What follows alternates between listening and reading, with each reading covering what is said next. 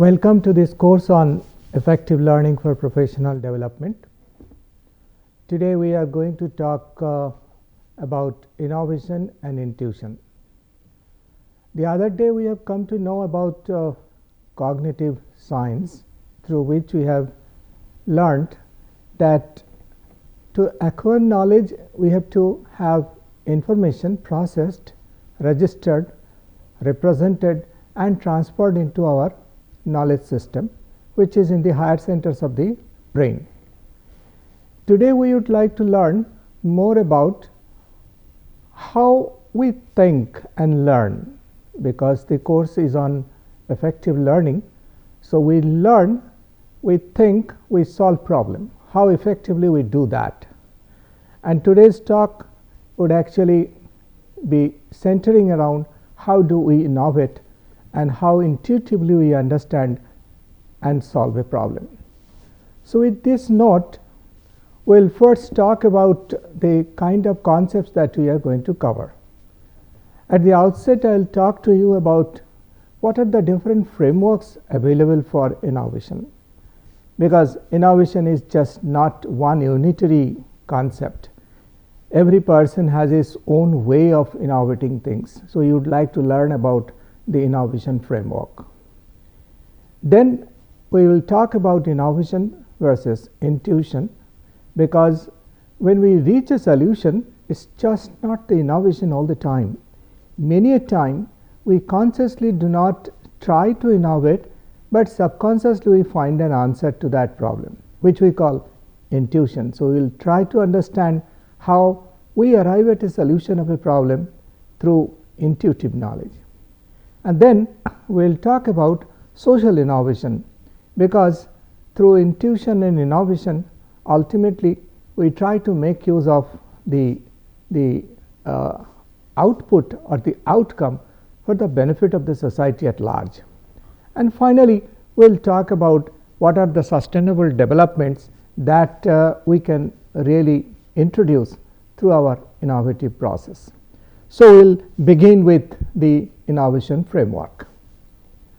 When we talk about the innovation framework, there are 5 kinds of frameworks which are available. And if you think rationally, you will understand how such innovation framework works. First of all, I will talk about passion versus purpose driven innovation. Purpose driven innovation is something for which you have a target and you try to fulfill it through a disciplined process. So we call it purpose driven process or innovation. Passion driven innovation is something for which you may not actually have an expert knowledge behind it.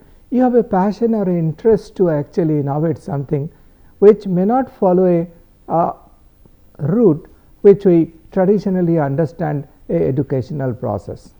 So it can be passion driven versus purpose driven. It can be process driven versus product driven, because some of the innovations actually end up in the product, but many such innovations are in the process itself. To understand it, we can explain about theoretical innovation versus translational innovation. The process innovation is actually based on certain theoretical background. So when we talk about theoretical innovation, it is more about a process innovation, and when we talk about a product innovation, is basically a translational innovation. Now radical and iterative innovation is also a process through which we make a lot of innovations. Radical innovation is something where we actually do not follow a disciplined process.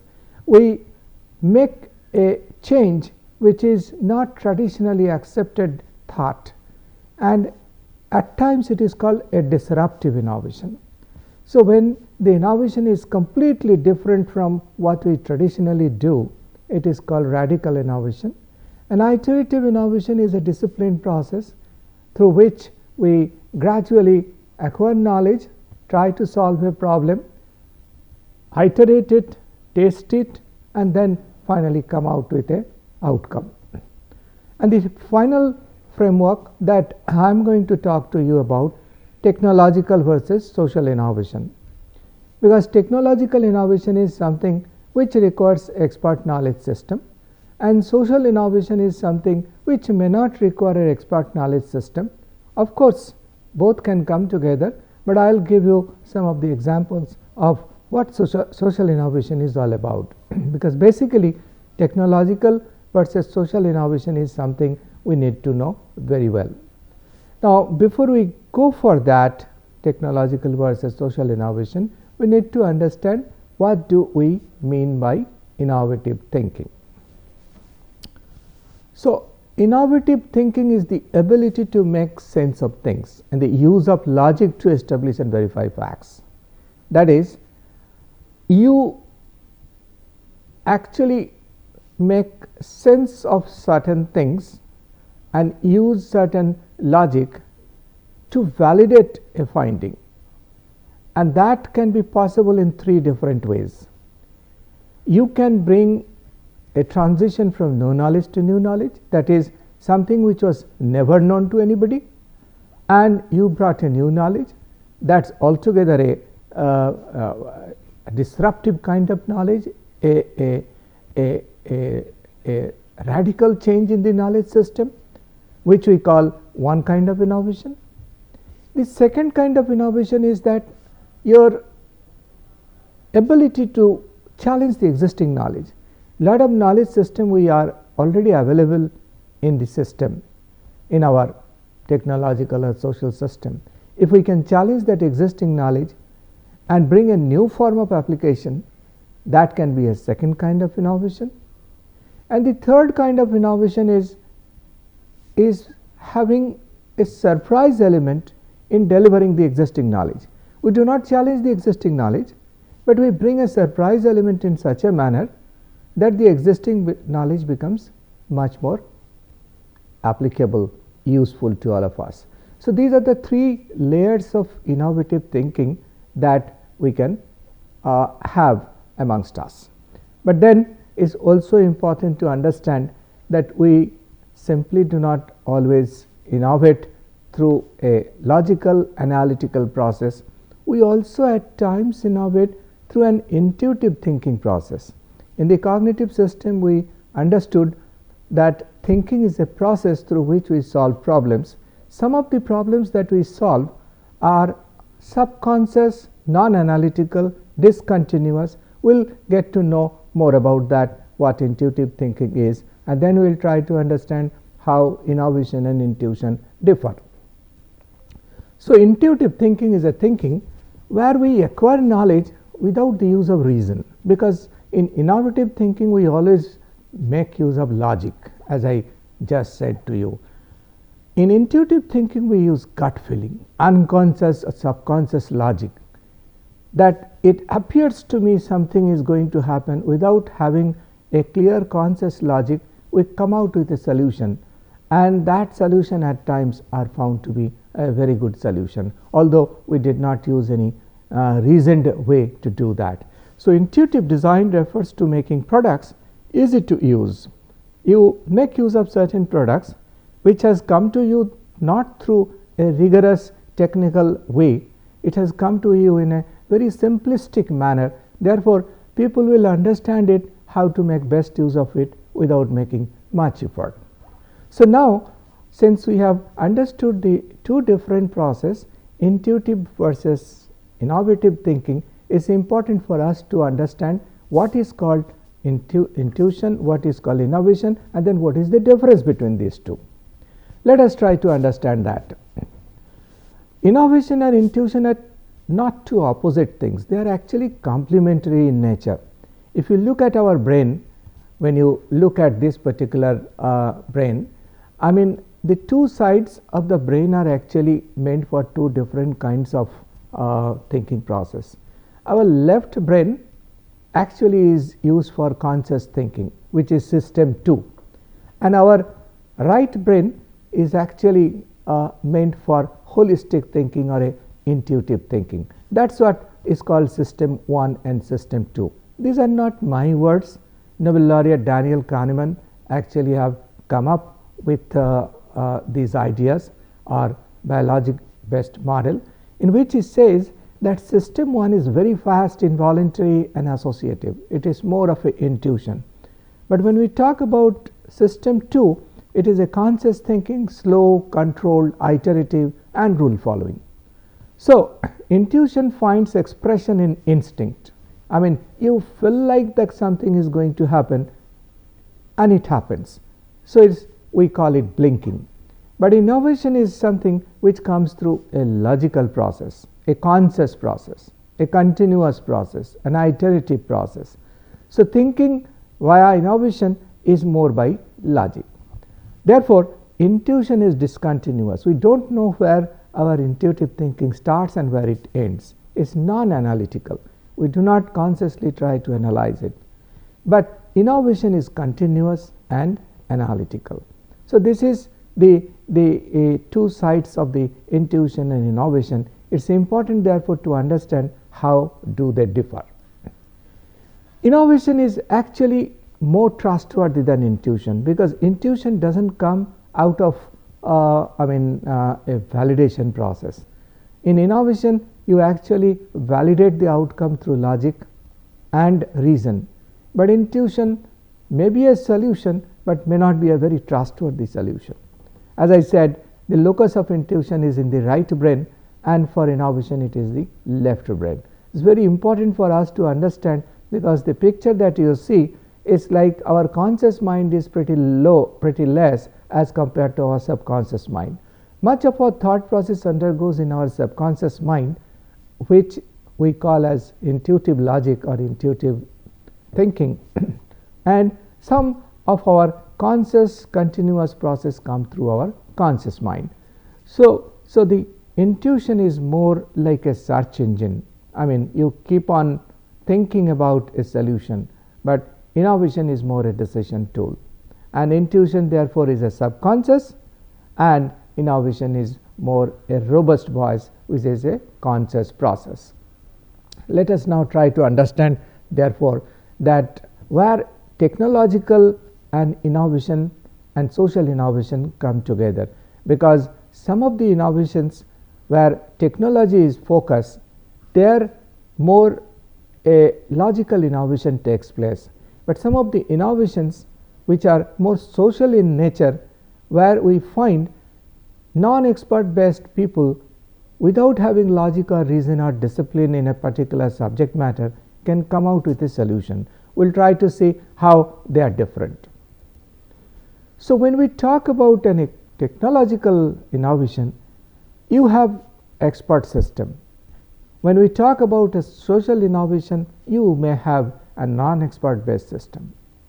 Now technological system have their competent people, relevant technology people know what they are doing, they know their domain knowledge, they have controlled access to knowledge, they have got infrastructure, they have got favorable economics, risk capital, means somebody who is doing PhD in the university or in the colleges, they know what is the subject matter they are dealing with, what kind of knowledge system is available to them, what are their supervisors doing, what are the kind of logistic or infrastructure they have, what kind of money they can actually spend in doing their PhD. All these come under technological or expert based innovation. When we come to social innovation, they are more non-expert based system. Mostly they are inductive and iterative, indigenous, inexpensive and intuitive. We will learn about it slightly later, but as of now try to understand that inductive solution is a solution where the solution of a problem is not inherent within the problem. Therefore, people can actually come out with a solution which is not generally acceptable in the book of logic or the book of knowledge. So we'll learn about that, and in the picture you can understand a farmer is actually charging his mobile phone by using a solar panel at his back. This is a non-expert based social innovation, because in the villages they may not have access to electricity all the time to charge their mobile. But when we talk about technological innovation, they have got all the access to logistic support. With this, we would therefore would like to understand that technological or expert based innovation is a top down innovation, whereas The social innovation is more a bottom up innovation. So when we talk about top down technological innovation, it may be disruptive, it may be incremental, it may range from blue sky research to end user integration. Blue sky research means no knowledge to new knowledge to theory building to principles of application to discovery of solution to translation to production to end user integration. This is called top down technological innovation. It may start at the blue sky research where there is no solution available to finally coming out with a solution with a process and with a end user integration, that is ultimately people make use of it. When we talk about bottom up social innovation, is frugal, autonomous. It doesn't start anywhere. It can start at any process.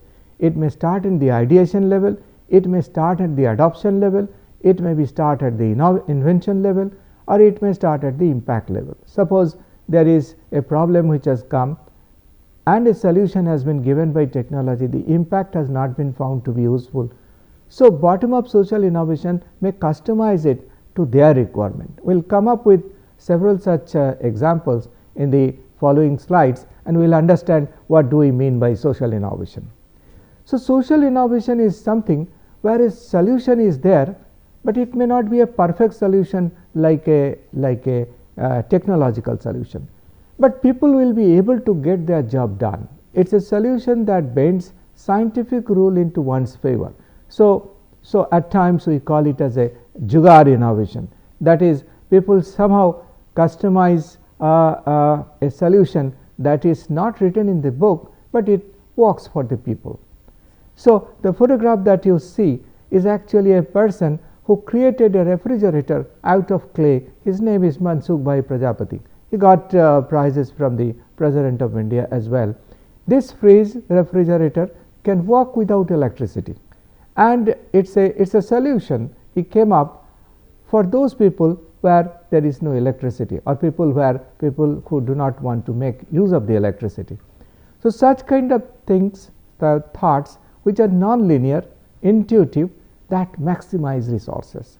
So in most of the social innovations, we make use of the intuitive thinking, where whatever available resources are there, that is maximized. So these thoughts are very flexible. They are not continuous. They are not beginning somewhere, ending somewhere. They may be very frugal and instinctive driven solution, and there is no fund for it. These innovations are never published, and they are never scrutinized by any technical body. They are all done by through non-expert system. So these innovations are very important for our sustainable development, because sustainability is a very important issue in any kind of innovation. Most of the innovations that we have been making that in the technological sciences, that ultimately do not reach to the level of end user integration, where public do not get benefit, and if the public do not get benefit, the technology doesn't live for a longer time. It becomes obsolete over a period of time, because technology changes every day, but human skill doesn't change every day. Therefore, there is always a gap between technological development and the human skill development, and if we fail to catch it up, then either the technology would be obsolete or the human being would be obsolete. Therefore, in order to catch up with some solution, we may not ultimately go for some solution which are technologically validated and disciplined. So sustainable development actually comes out of some such innovations which are social innovations in nature, and we will get to know about sustainable development and social innovation in the following slide. So such innovations are very essential for sustainable development, because it solves the problem horizontally. It doesn't come from a top down process. So you have a problem and you have a solution. You don't go to the library, you don't go to the laboratory, you go to the factory, you don't go to the shopkeeper to get the product. You solve the problem horizontally. Like the photograph that you see during COVID period, a lot of milkmen, they knew that they cannot come very close to their customers. they came up with a solution with a pipe added to their bike so that the milk can be passed at a distance, at a 6 feet distance. So, social isolation we actually created during that period of time. So, people come out with some such solutions which are not written in the book, which are not given a priority in our disciplined literature. So, such kind of innovations actually fights inequality, because people will create such kind of innovation on their own. They do not have to depend on infrastructure, funding, economy, risk capital, and they can do it on their own. And in villages, people often come out with such kind of solutions. So, they deliver actually more value at lower cost. I mean, they actually do not bank on more money or more infrastructural facility in order to come out with an innovative solution. Therefore, in that process, since they do not take credit out of their own innovation and at the same time benefit people around them, they create new kinds of relationship. The relationship is not top down, it is a network relationship in a community. So, everybody feel competent to meet with each other and develop some degree of empowerment. In the following slide, we will talk about some kind of social design which are very important and which came through social design. One such is called life saving dot. Now, life saving dot is a wonderful innovation which people make in the process of their innovation. It is a iodine patch. Now, lot of women in the village, they suffer from iodine deficiency, and if the government gives them free of cost iodine tablets, they tend to forget it, because for them the family is the most important thing. So, people have decided that iodine patch can be discovered. I mean, that is a social innovation, and every married woman will wear a bindi, and if that is embedded with the iodine, it's a patch is embedded with the iodine, it will supply the required iodine in the body within 8 hours. It is called life saving dot or iodine patch. ICMR has come out with such a wonderful solution for people at large. It is a social innovation, and it actually creates new kind of relationship among people. Janma is a clean birth kit, it costs only 100 rupees. In the villages, people can make use of it, a very safe clean birth kit at a very low cost. It has to be low cost because in social design the cost is pretty low and volume is very high. Sanitary towel is another such example. Jaipur foot, the Jaipur foot has been recently given the Padma Shri award by the Prime Minister, by the President of India also. The idea is that the way they came up with a prosthetic solution for people, those who have lost their limb, is a wonderful social innovation. Through enterprises, they have been doing such kind of innovations from time to time. So, these are different social design which are of low cost and high volume. These innovations are frugal, but they are not fragile. They have got long endurance. These innovations are actually inductive in nature, that is, they arise from a non-expert system, as I told you earlier. They do not bank on expert system. They are indigenous in nature because the knowledge system that it is locally available. You do not have to go elsewhere to the university or to the laboratory in order to get such kind of solution. They are very inexpensive, that is very, very accessible and affordable to many. They are intuitive in nature, that is they are good enough solution or having minimum availability, and they are iterative, that is they are bottom up process, not burdensome to retest.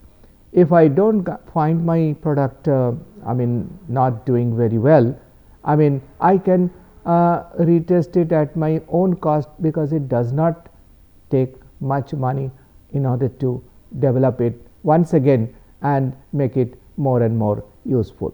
So, these are the principal features of the system that we are talking about, which are going through the social innovation, which is 5I: inductive, indigenous, inexpensive, intuitive, and iterative. They differ from technological innovation because in technological innovation there are lot of efforts going on, and there are lot of activities, lot of fund, economy, everything is going up in a top down process with a lot of time. They also have their own relevance, but when we come to the social innovation, people have been doing on a daily basis probably in the community. We have to be aware of it, but the problem of such kind of innovation is that they are very difficult to scale up, because if we fail to scale it up, then it may not go beyond a community. Therefore, it is very important for us to understand that the technological innovation and social innovation, they must join hand, and if they join hand, the innovations, the best of the ideas and the solutions can come from the bottom up process, but it can be streamlined and it can be scientifically validated through a technological manner by a top down process. So, social innovations are frugal, but they are not really fragile. In this country, many people actually depend on non-expert based knowledge system rather than expert based knowledge system. My idea behind talking to you about social innovation is that there are many such innovations which come to our mind, but we fail to make use of it because we believe that if it has not followed a disciplined and a reasoned process, then probably it would not be useful.